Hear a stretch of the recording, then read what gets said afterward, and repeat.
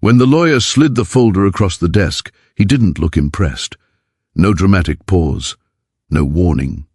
Just a thin stack of papers and a sentence that sounded almost bored. "You're the sole beneficiary," I remember thinking. There had to be a mistake. My grandfather owned tools, not land. He rebuilt carburetors, not empires. The man lived quietly, paid in cash, and never talked about his past unless someone asked the wrong question. Now I was being told I had inherited 1,300 acres of mountain land in Colorado. Not a cabin, not a ranch. 1,300 acres. I didn't even react at first. I asked him how much the property taxes were because that felt like the most realistic problem to worry about. He told me the number and then added something strange. "There are people living on it." That's when he finally looked up. He explained it slowly, like he wasn't sure I was following.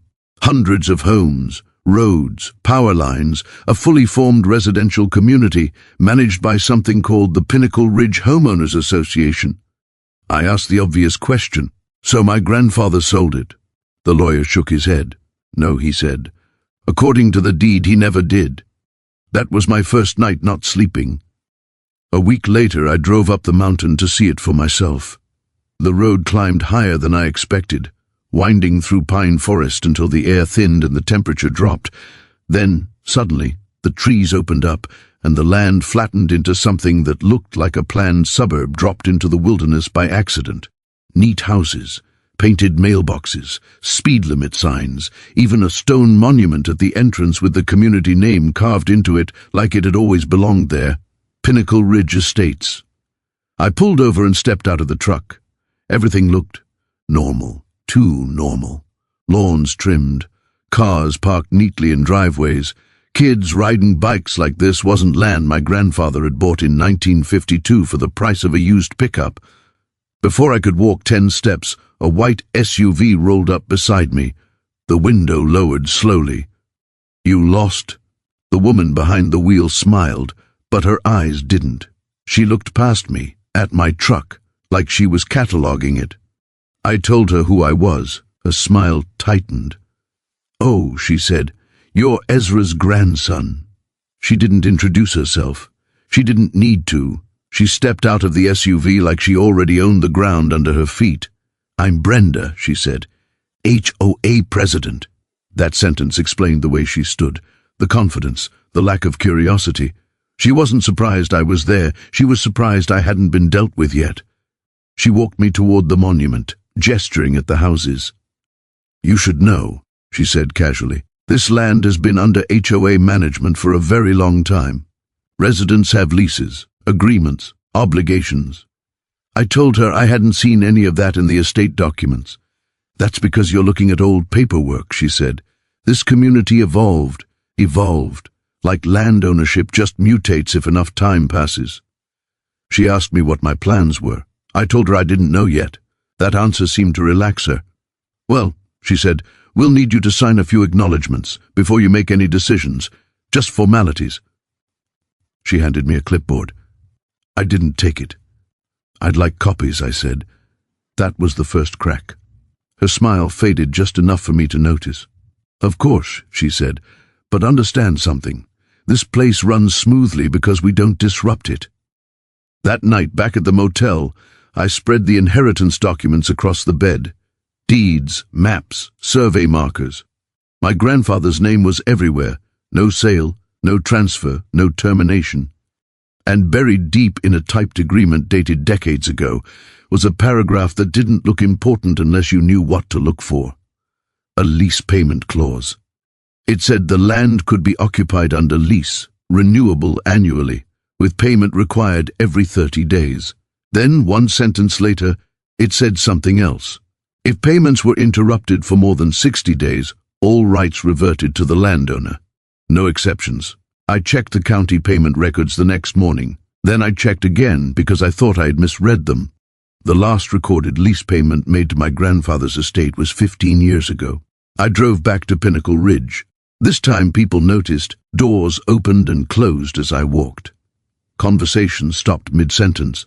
Someone took a photo of my truck. The HOA office, a brick building near the center of the community, had its blinds closed.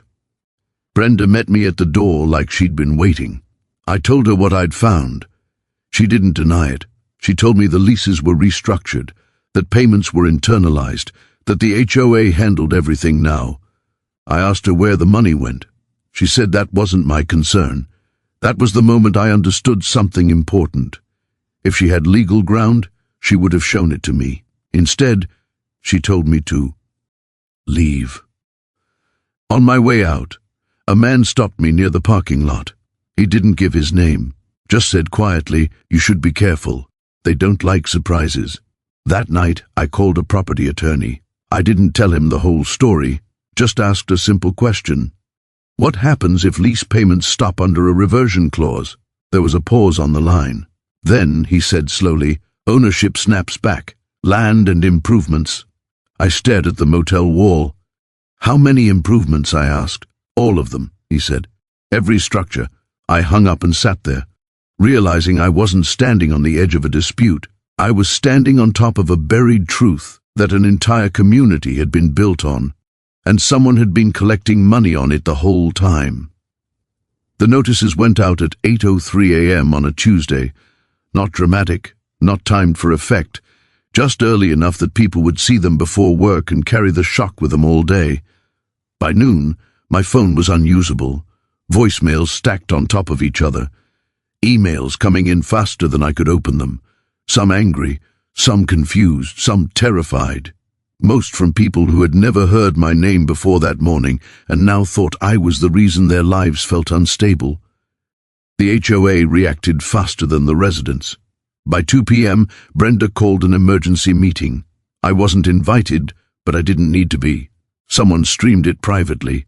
Someone always does when panic enters the room. Brenda stood at the front like a general adre. Essing troops. She didn't explain the clause. She didn't explain the history.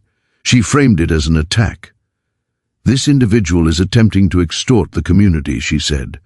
We will not comply. That word again, comply. As if the law were optional if enough people disagreed with it. She promised legal action, promised injunctions, promised that no one would pay a cent more. The room relaxed just enough for her to feel effective. Then someone asked a question she hadn't prepared for. Why does he have the deed? The silence that followed was real, not dramatic. Real. Brenda pivoted, talked about technicalities, about legacy errors, about how the HOA had always handled land matters internally. She never once said the HOA owned the land, because she couldn't. By the next morning, something shifted. Residents started talking to each other instead of the board, comparing documents, comparing closing paperwork, realizing no one had ever shown them proof of land ownership, only assurances. That's when the fear turned sideways. People are manageable when they're scared of one thing. They're dangerous when they're scared of being lied to.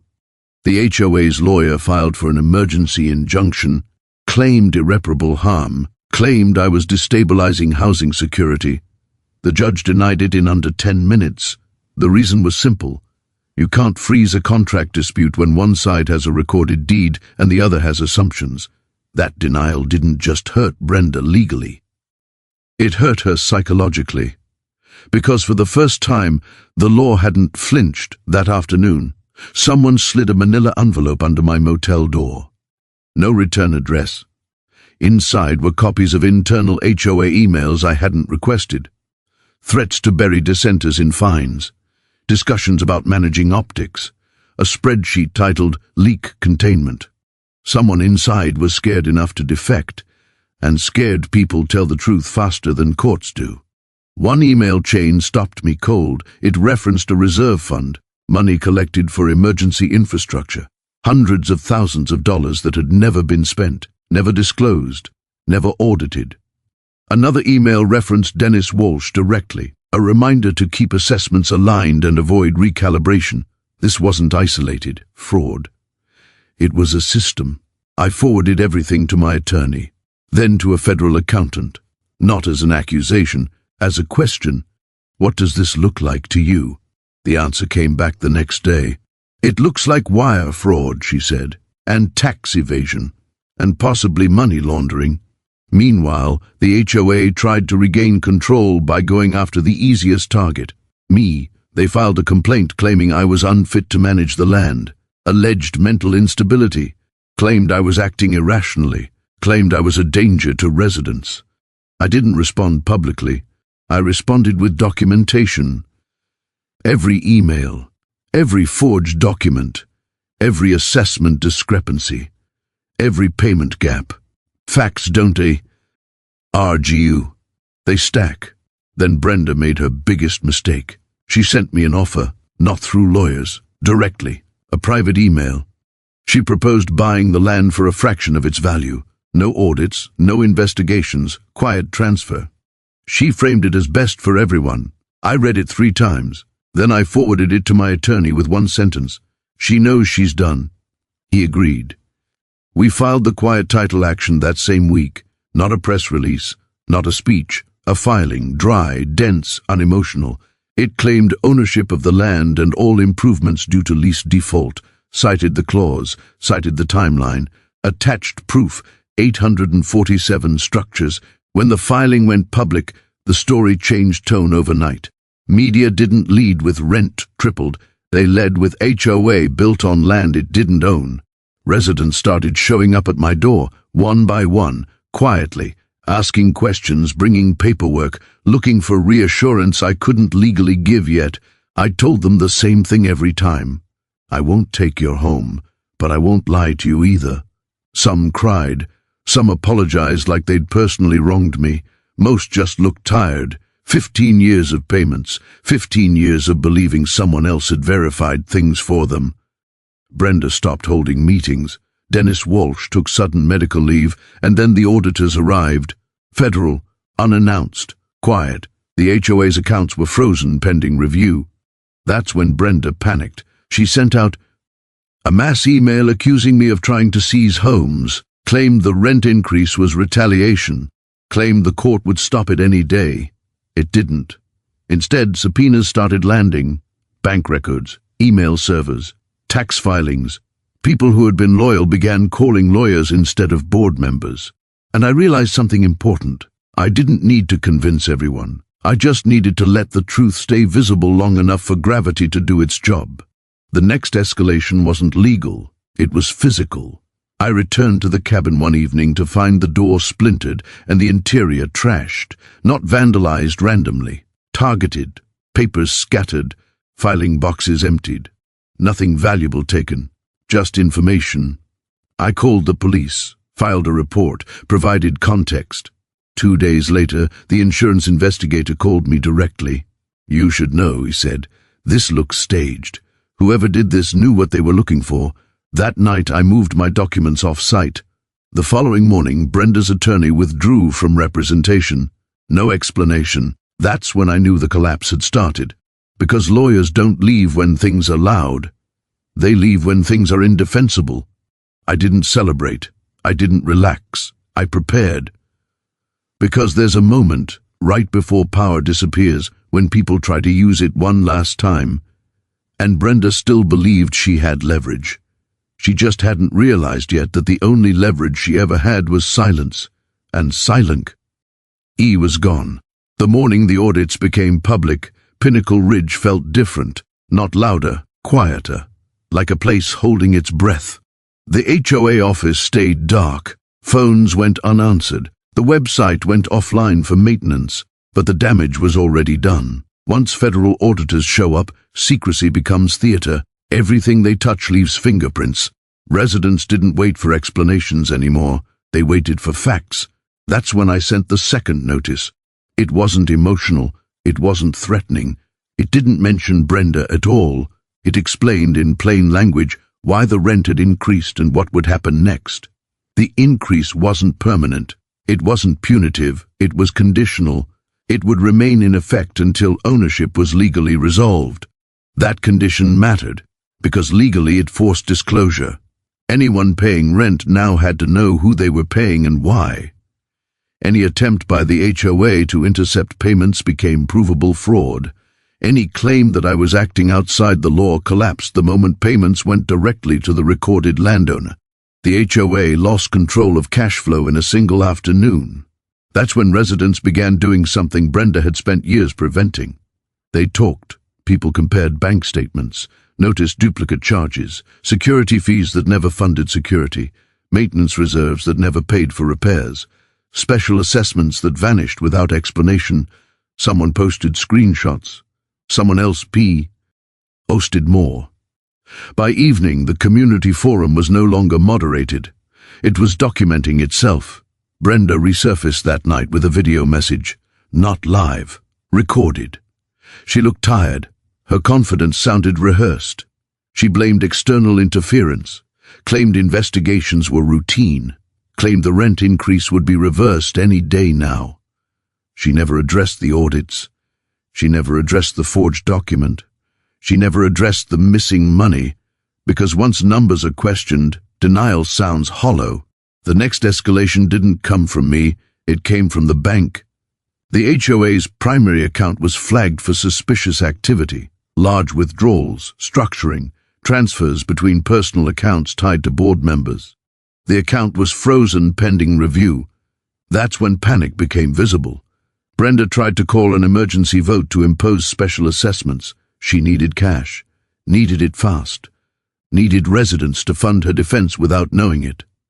The vote failed. People walked out. The community that had once obeyed quietly now demanded transparency loudly. That's when I made the offer, not publicly, individually. Every household received a letter, not an eviction notice, not a threat, an option. They could purchase their lot outright at a price far below market value. 10-year payment plans, low interest, fixed terms, deeds issued directly. Or they could continue leasing legally until the case concluded. No one was forced.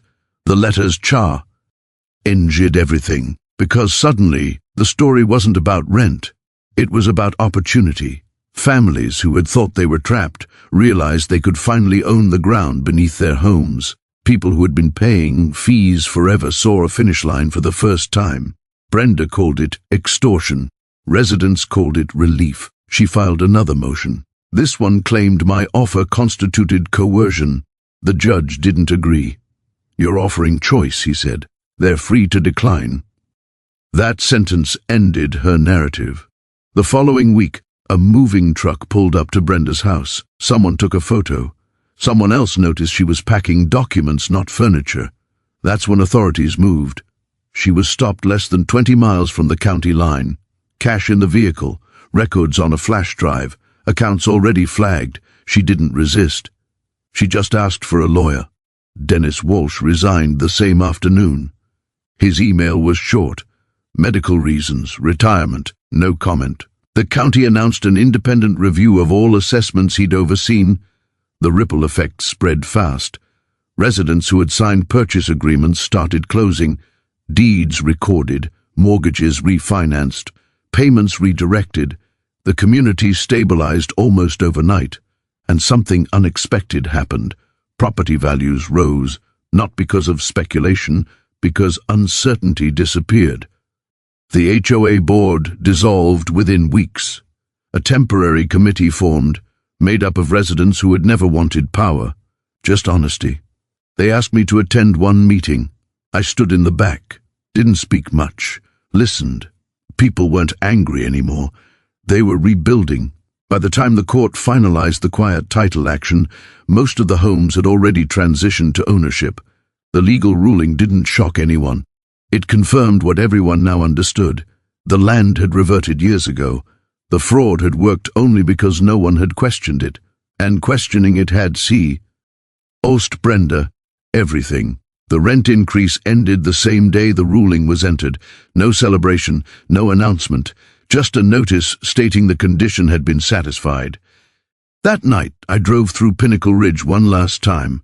The monument was still there. The houses still stood. Kids still rode bikes. But the silence felt different. It felt earned. The court's final order didn't come with drama. No packed gallery, no speeches. Just a written decision uploaded to the docket on a quiet Thursday morning. It confirmed what had already become reality. The land belonged to me. It always had. And the leases had failed years ago. By the time the ruling was entered, the community had already moved on. That surprised me more than anything else. People imagine justice as a moment, a slam of a gavel, a crowd reacting. In real life, justice is usually administrative. It arrives after the fear has already burned itself out. Brenda's case didn't make the evening news the way people expect scandals to. There was no dramatic perp walk, just a federal filing, then another. Wire fraud, tax evasion, mail fraud, misuse of association funds. She pleaded out. 18 months, restitution, a permanent ban from holding fiduciary positions. Dennis Walsh wasn't charged criminally in the same case, but he didn't walk away clean. The assessor's office terminated him quietly. The state barred him from public employment. Every assessment he'd signed was flagged for review. That review eached farther than Pinnacle Ridge. Other communities started asking questions. That was never my goal, but it was inevitable. Corruption rarely exists alone. It survives by blending in. What mattered to me was simpler. Families closed on their homes, one by one deeds recorded, names transferred, payment schedules finalized. I watched people who had lived under threat for years finally hold something permanent in their hands. Ownership changes posture. It changes how people stand, how they speak, how they plan. The new HOA, smaller, transparent, almost boring, cut fees by more than half. They published budgets, opened meetings, asked residents to vote on things that actually mattered. I stayed out of it. I didn't want power. I wanted resolution. There were still decisions to make about the land. 1,300 acres doesn't disappear just because the conflict ends. So I did what my grandfather had always done when faced with something big. I slowed down. 400 acres were set aside as a permanent nature preserve. No development, no exceptions, trails, education programs, conservation agreements, something that would outlast the noise that came before it. Another portion was earmarked for long-term stability, infrastructure, access roads, utilities that wouldn't collapse under neglect. The rest stayed quiet. I opened the scholarship in my grandfather's name without announcing it publicly. Local students, trades, engineering, law, things that build in. Instead of extract, that felt right. People still asked me if I regretted the rent increase, if I would have done it differently knowing how it looked from the outside. I always gave the same answer. No. Because the rent wasn't punishment. It was pressure. And pressure was the only thing that exposed a lie everyone had been trained not to question. If I'd gone straight to court without it, the case would have dragged on for years. Money would have disappeared. Documents would have vanished. Families would have lived in uncertainty while professionals debated theory. Instead, the truth had to stand up immediately. And when it did, it held. I visited Pinnacle Ridge one last time months later, not as an owner, not as a threat, just as someone passing through. No one stopped me. No one whispered. A few people waved. One man thanked me. I didn't know what to say back. I don't think I was the hero of the story. The documents were, paper doesn't lie. It waits. My grandfather never talked about that land, and now I understand why. He didn't need to defend it. He trusted that what was written would outlive what was said, and it did. The community didn't collapse. It stabilized. Property values rose. Kids grew up without hearing rumors about foreclosures and fines. Meetings became boring again. That's how you know something healed. Quiet isn't weakness, it's resolution. And if there's one thing I learned from inheriting 1,300 acres I never asked for, it's this. Power doesn't come from raising your voice. It comes from knowing when to apply pressure and when to let go. The rent went back to normal. The land stayed where it always had been. And the truth finally stopped hiding.